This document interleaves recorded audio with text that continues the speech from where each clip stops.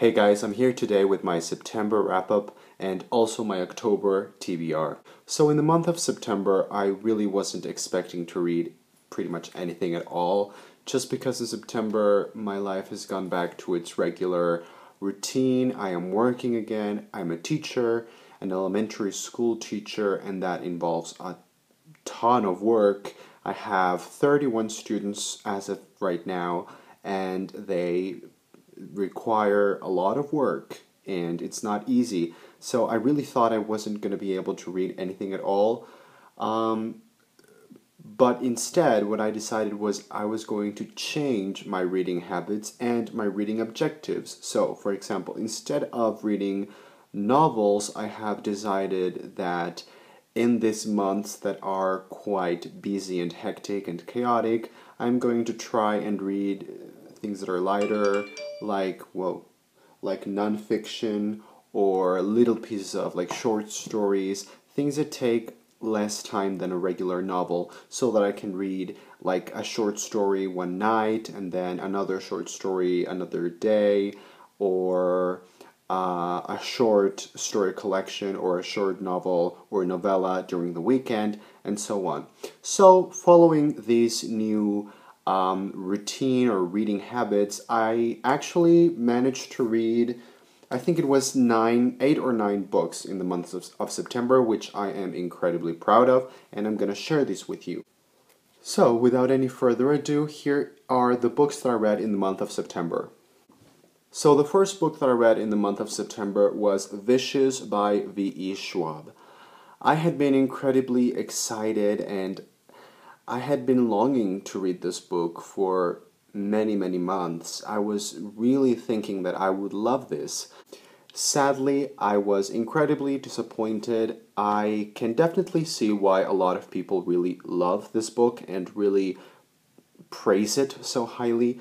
However, it was just not for me. So I just overall didn't enjoy the pacing. I thought the characters were not good at all, just not very well constructed or developed. I thought everything was very cliched, and I didn't think it was particularly well written. I really didn't like this novel. I really wanted to, but in the end I gave it 2 out of 5 stars.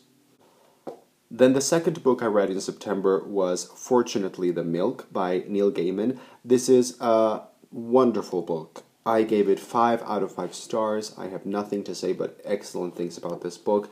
It is extremely short. It's something you can read to a child. It has pictures. It is beautifully illustrated. And it pretty much has everything I'm looking forward to in a book. It was creative. It was funny. It was whimsical, quirky. It was very well written, like everything that Neil Gaiman does. And it was beautiful. And the ending was particularly emotionally striking. It actually reminded me a little bit of the ending of The Ocean at the End of the Lane, just very nostalgic, and suddenly everything sort of hits you. And yeah, I cannot recommend this book enough. I read it in about 10 minutes. It's absolutely perfect. The next book I read, I don't own a physical copy of because I read it on my iPad, and it was A Simple Heart by Gustave Flaubert. And this is a French classic. It's a French realism book. It's a very short novel, sometimes a little bit dense, sometimes a little bit sad, sometimes quite tragic, sometimes,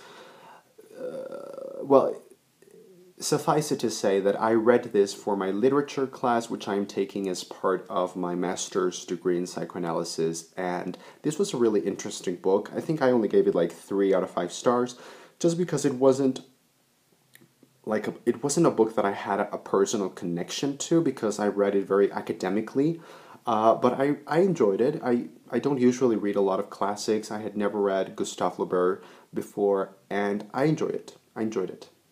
Next, I read The Girl Who Circumnavigated Fairyland in a Ship of Her Own Making by Catherine M. Valente. I don't really know what to say about this book that hasn't been said before. This book is filled with whimsy and quirkiness, but what I loved the most about this book, even more than the protagonist or the characters or the story itself, the plot, the setting, etc., was Catherine M. Valente's writing. I ended up giving this book 4.5 out of 5, and I didn't give it 5 stars. I didn't go all the way, just because there was something that was missing for me. I would have liked for there to have been more. I would have liked a little bit more excitement, more action. Sometimes this book felt a little bit too much along the lines of like the same structure or the same pattern of the girl meets a character or discovers a new place, and it's very quirky and it's very enchanting, but sometimes it felt quite repetitive in that structure, and I would have liked there to I just would have liked more action and more adventure. But overall, this book was absolutely beautiful, stunning. It's incredible what an author can do with her words, because she immediately became one of my favorite writers of this year. Incredible prose. Just she has a way with words that is not human. Then I read a little short story called Mansized in Marble, and this is published by Books of Wonder, a publishing house and bookstore that I visited last month in New York. And this is a horror or suspense gothic novel, short story. It's illustrated and it's rather beautiful. It's exactly the kind of story that I like. It reminded me a lot of The Woman in Black by Susan Hill, or a little bit of Shirley Jackson. It's not really that horrific at all. It's not very high on the terror, but it's really well written, and I gave this one 4 out of 5 stars. Next, I read Who is JK Rowling by Pam Pollock in Macville Viso, and I read this because I'm doing a project with my students about Harry Potter, and we are doing a lot of research on everything related to Harry Potter, and I actually read the vast majority of this book to them, and this was excellent. It was really well documented and presented in a very accessible way for children and for everyone who doesn't really know who J.K. Rowling is or hasn't got a lot of ideas or a lot of knowledge about her, and I loved it. I also gave it 4 or 5, I think 4 out of 5 stars. Then I read The Cycle of the Werewolf by Stephen King. This is a weird little book. It's actually one story, but every chapter is 1 month of the year, and every month, every chapter reads like a short story, but everything is, of course, connected. It's not very, it's pretty self-explanatory. It's not really that complicated. It's about a werewolf in a very small town.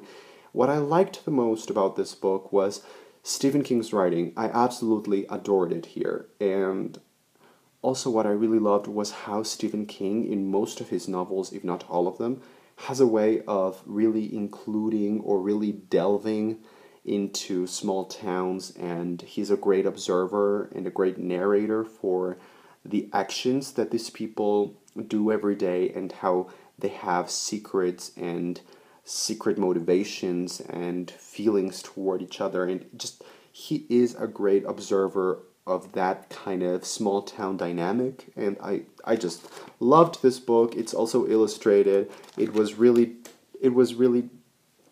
action-packed, beautifully written. Every chapter was beautiful. There's some chapters involving a handicapped kid on a wheelchair that I particularly thought were just amazing. And yeah, I think I gave this one 4.5 out of 5. Then I read another book that I don't own a physical copy of because I also read it on my iPad for my master's degree in my literature class, and that was The Death of Ivan Ilyich by Tolstoy. And I think I also give it a 3 out of 5. I liked it. It's not really my kind of thing, but it was really interesting to read more classics. And then last but not least, I read Hansel and Gretel by Neil Gaiman. This is, of course, a retelling in Neil Gaiman's own words, and if you've been following my channel a little bit, or even just from this video, you can see that I really love Neil Gaiman. He is one of my favorite authors ever, and Hansel and Gretel is a short story that I've always loved. I tell it to my students every year. I think it's really terrible. Its themes are just really striking and really really horrible, and I really liked this reimagining. However, I didn't feel like it really added a lot to the original fairy tale, so that's why I gave it only 3 out of 5 stars, just because I didn't see how different this was from the original Brothers Grimm version. However, I really loved it, I recommend it, and if you want to tell Hansel and Gretel to a child, this is a great picture book. And if you haven't read Hansel and Gretel before, this is a really good version of it to start. So there you go, those were the books that I read in the month of September, and now I wanted to do an October TBR, but like I mentioned before, preparing TBRs and thinking of the future is something really hard for me right now because of my working situation and my academic situation. So I just have a couple of books, or well, a handful of books that I want to read in the month of October, and if I can get to reading them, that's great, and if I can't, I'll just postpone them until November or December or whenever I actually have the time to enjoy them. So in October, the first thing I know I really have to read is Patrick Ness's new book, The Rest of Us Just Live Here, which I already pre-ordered from Amazon, and it's arriving, I think, on October the 7th. So I'm gonna try to read that one as soon as I get it. October is also the month of the release of JK Rowling's new detective novel under the pseudonym of Robert Galbraith, and it's the 3rd installment in the Cormoran Strike series. It's called Career of Evil. So, in order to prepare for this new launch, I want to read the previous 2 installments in the series, which are The Cuckoo's Calling and The Silkworm. I loved The Cuckoo's Calling, and I liked The Silkworm, but I think I didn't read it as thoroughly as I should have, or I didn't read it under the appropriate circumstances, so I want to give it a reread so that I can really read Career of Evil with like the right mindset. Then also in October, I would like to pick up The Magic Pudding by Norman Lindsay. I don't really know what this is about, I just know it has received very high praise by Philip Pullman, who is one of my favorite authors, so there's that. I also have 2 short story collections that I want to pick up in October. This doesn't necessarily mean that I'm going to finish them in October, I just want to start, reading bits and pieces from them, and one of them is Don't Try This at Home by Angela Redman, and this I know I'm going to love. I have seen Mercedes from Mercy's Bookish Musings talk about this, and honestly, every time she talks about it, I just wonder why I haven't picked it up yet. And the other one is Woody Allen's Side Effects. I already read one collection by Woody Allen. It was Without Feathers, and I thought it was amazing. I think at the time I read it, I only gave it like 3.5 out of 5, but now that I look back on it, I think I'm actually going to increase that rating. I'm gonna, bump it up to like a 4, because honestly, that collection has stayed with me. So Woody Allen, I love him.